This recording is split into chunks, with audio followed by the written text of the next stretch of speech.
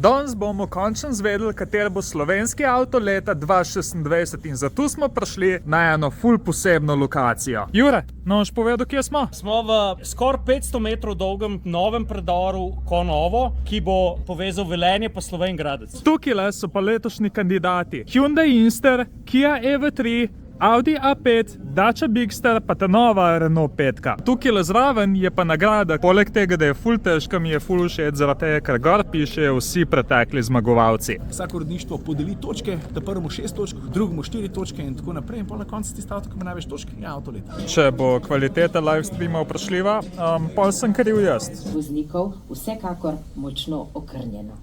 Naše gostovanje. In iskrene čestitke! Renault 5 je postala torej slovenski avto leta 2026. Stvar je zelo simpel, že folk, ljudstvo, vsi tisti, ki glasujejo, so postavili petko na prvo mesto, konec koncev pa tudi uredništva, ki glasujemo. Družno, če smo sešteli točke, kar smo naredili, si petka zasluži prvo mesto. To je.